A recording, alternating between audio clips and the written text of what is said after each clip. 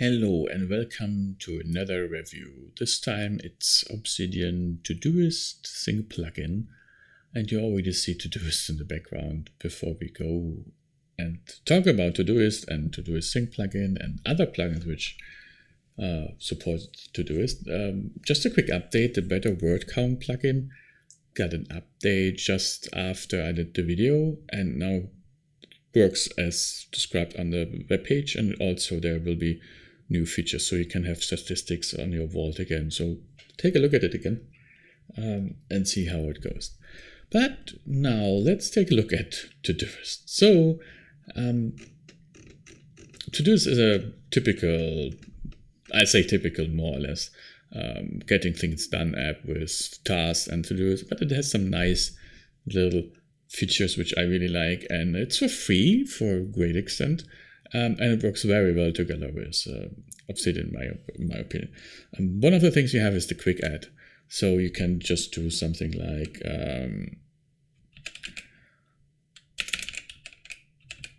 garbage collection, and then you say tomb for tomorrow, and then you say it's a private task, and probably I should do it with Obsidian, right? So you can type stuff in and it directly adds it to it. You can do recurring tasks that way and so on. So it's quite powerful. And the hashtag private and the add Obsidian, the labels, add Obsidian is a label and hashtag is a project. We will see that later on again in the Sync plugin. So that's very neat. That's what I would like. The other things is that you have things like a Kanban style view. You can enable our view, so there are different ways. One is Kanban style, and the other one is the list style, and so on. So that also helps quite a lot depending on what you're going to do. It has a lot of integrations, and I use them too, like into Spark, which is my mail program, into Fantastical, which is my calendar, and into other plugins like Outlook. So you can create a task directly from Outlook from there, and so on. So very powerful. In the free version, the limitation I mostly have issues with is the 5 projects. So take a look if you need to have the better version or not. At the moment, I'm working with the free version, but I will probably go to the paid version soon. I'm not really sure yet, but it works very well, and it has good integration in products, and it works also very well on the phone. But let's take a look at the Obsidian Sync plugin. That's what we're here for, right? Not about the Todoist, but about Obsidian. So the Sync plugin, when you install it, you find a lot of other Todoist plugins, and we talk about them quickly after the main event. So the Sync plugin, you enable it, and you will get asked for an API, and then you can click here, and it will open up your Todoist account to the right place, and then if I can get it right, at the end you will find the API. You click it to the clipboard, and then you can add it to the application. And like last time with Dropbox backup, it needs to be stored somewhere. So when you distribute or hand out your vault, you should not hand out this file, right? That's where the token is stored. So keep that in mind a little bit. And then after you have enabled, you can go into options.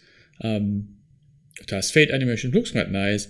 Auto refresh every 1 minute. You can enable that or not, depends on how much tasks you do. You can also enable auto refresh or disable auto refresh in every of the code flows, like we take a look at it. And then the default things you can change to your liking. Have fun with that. So how does it work? So one of the benefits of the Todoist Sync plugin to the other plugins which are available is that it works completely on its own with a code block. You always see the code block here. If I refresh the node, it will directly start rendering the information. So you don't have to run a command every day or run a command to update anything. You just put this code block into a template. The template gets used by a meeting or by a daily node, and you directly have the task in there. And that's what I really like. And that's why I use it that much. So we have two examples here. One is the default one, all tasks for today and overdue. And the other one is private non-Obsidian tasks, which is a bit different. It has an end, and then it says the private project, and then not the label Obsidian. And if I click on a node, and it directly renders, right?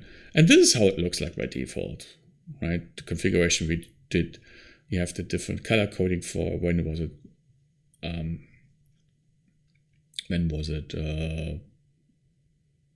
when should we have done it, let's say it this way. And then the labels, you cannot change anything of the order or anything like that. The plugin needs some updates, but it works very well. So that's how it looks like when you compare it to the normal Todoist. It has the same view, more or less. It has all tasks, which we don't have here, but it doesn't matter. Let me go to today. Yeah, it looks quite the same, more or less. And you can also just click on tasks and close them from here, which is quite nice, in my opinion. Let me take a look at my script. So that's one of the things. And then you see all those filters. There's a link in the description and also a link on the webpage and on my blog article about it, how to define those filters. That's the default filter syntax from Todoist. So when you go into the Todoist page, there's a lot of information about how this filter looks like.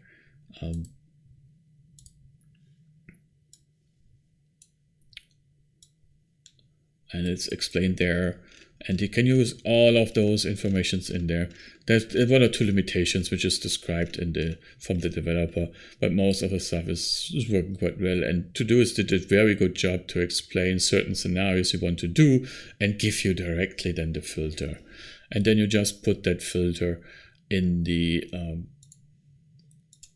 place where now we have today and overdue. You can also group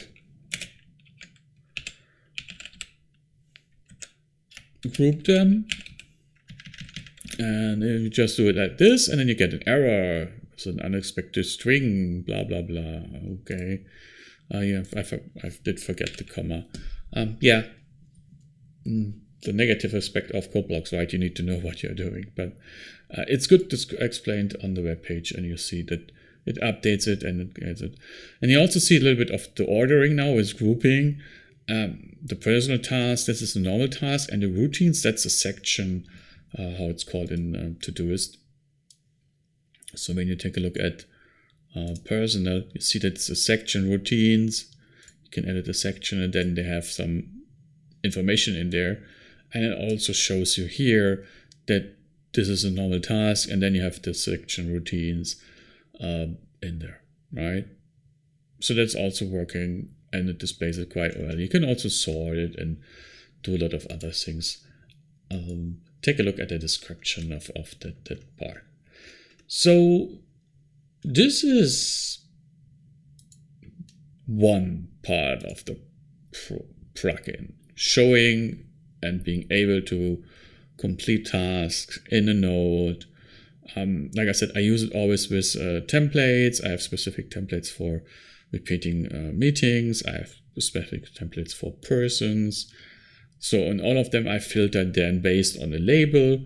So if I do a task, I add a label of the person to it, and I directly can see then afterwards that he should have done that, or I wanted to do this together with him.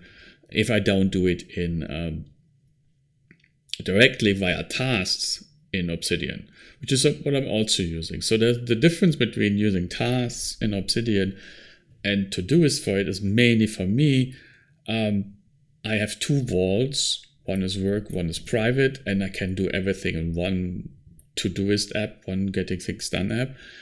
And also the input is a lot better than on the phone than if I would use 2 vaults or even 1 vault, needed to search for a node, where then I would need to add a to-do with task to it. So that's the main difference how I use this.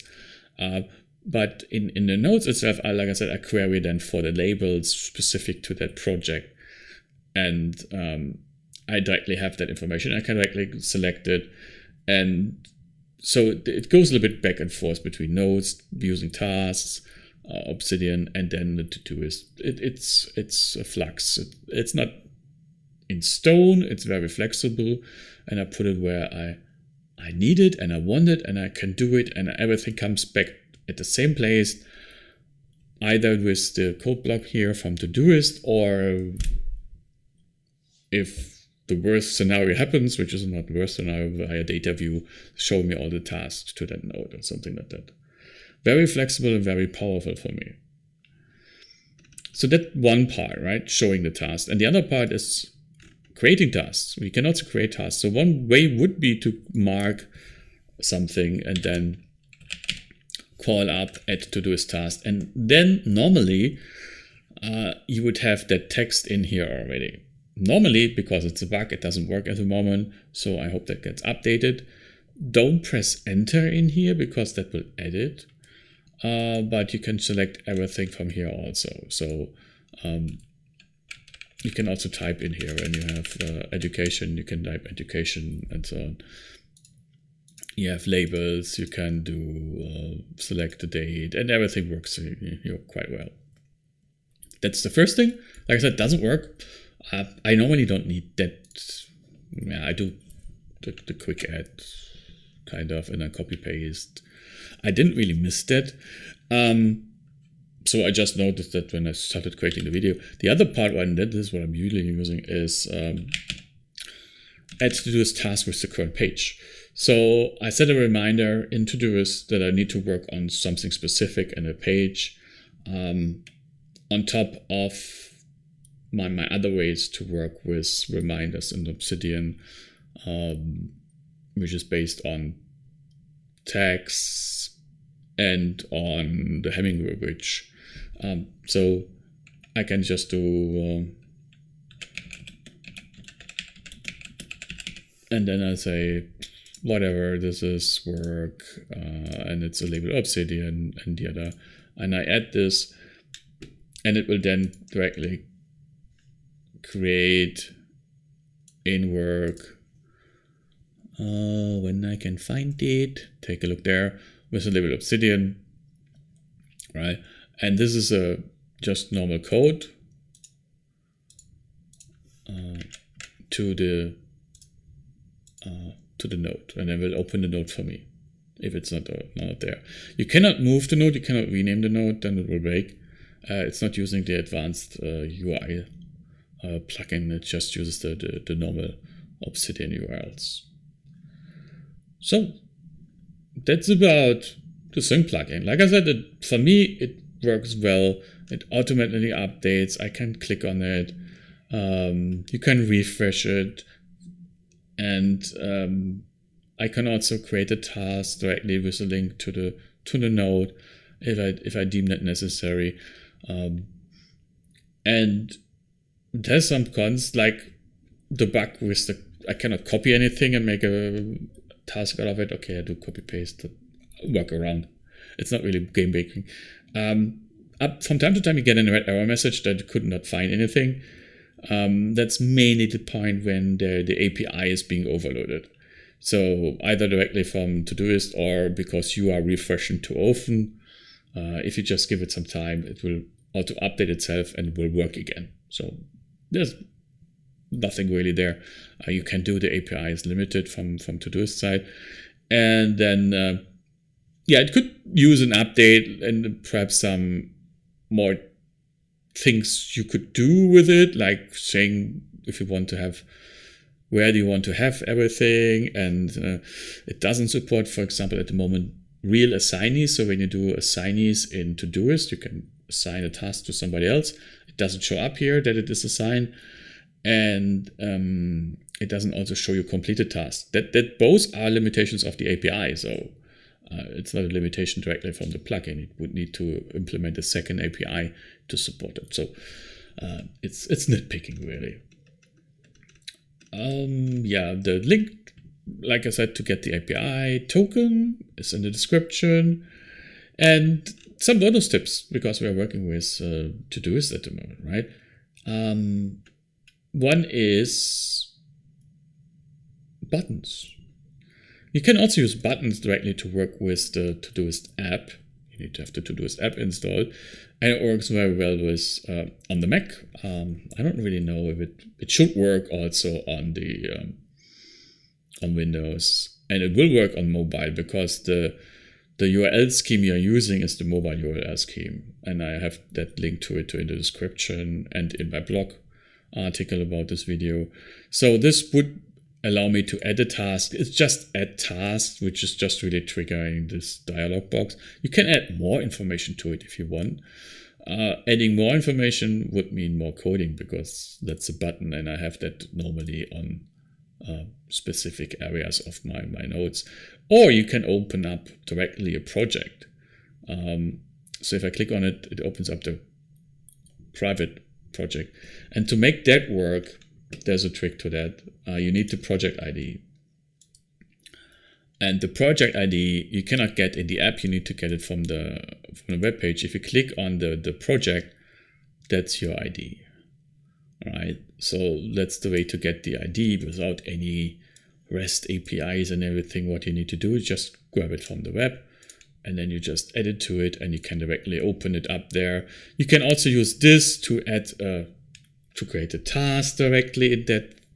Like, there's no real limitation except that you don't really can do a lot with buttons and programmatic stuff, right? So that's really it about Todoist, the Todoist app, Todoist Sync, Todoist with buttons. And like I said, there's the distinction which I also try to write down in the blog. When do I use tasks and when do I use Obsidian? Maybe for me, it's ease of use of Todoist on a mobile, having two walls. So that's another problem from my side, not a problem everybody has. And I mainly use tasks inside of Node. So like at a specific point in a node, for example, when I'm in a meeting node, at the bottom I have some tasks like send out the meeting agenda, prepare the meeting. At the end I have close down the meeting, send out the meeting notes, and I have that directly in the notes. I don't create a task for that in Todoist because I just have them there and I just go over them and so on. And together with Data View, which we will talk about in the future, for sure, you can then also do queries to show up all the open tasks and so on. Also quite nice. So for me, this plugin is working perfectly at the moment with my workflow, with Todoist, the Todoist free app, and all things. But how does it work for you? That's a question. And also, do you need something else? So there's some other Todoist plugins available, like I said. And let's take a short look about it. I don't use them. I haven't looked into them, but let's go briefly over them nevertheless. So there's the Todoist link, and that's how far I read it is. It's used every node as a project, and in those nodes, the lines then as tasks. One way to do it. The requires command prompts though. Then there's the Todoist text, which uses a Markdown approach, so it will create Markdown tasks for you from Todoist. But it needs a marker in the text box, so that it knows where to add those Markdown checkboxes, and it requires again commands to do it. And to Todoist completed tasks is a bit totally different. It fetches completed tasks. You need to specify where the task should go, and will add them to it. I thought about using that in my daily notes and on the to see what I did complete on that day or on the last day. The problem there is it's not automatic. And if it's not automatic, it slows me down. And on the other side, it's not really, I don't need it. So I don't using it. And then custom frames from LPAC, which is a way to integrate the Todoist app itself, the web app, into a node completely. So you can have a browser window in the node. And there are some special enhancement for Todoist in that plugin, so it displays a little bit better, right? So those are the avenues you can take a look at, the possibilities you have, like always, with Obsidian, a lot of things, a lot of different ways. So what are you using?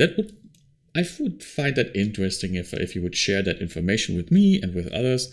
How are you using tasks? Task itself in Obsidian, task with Todoist, with any other getting things done app out there. Do you integrate it with Obsidian? Are you only using Obsidian? Are you only using something else? Like me, both at the same time? How does it work for you?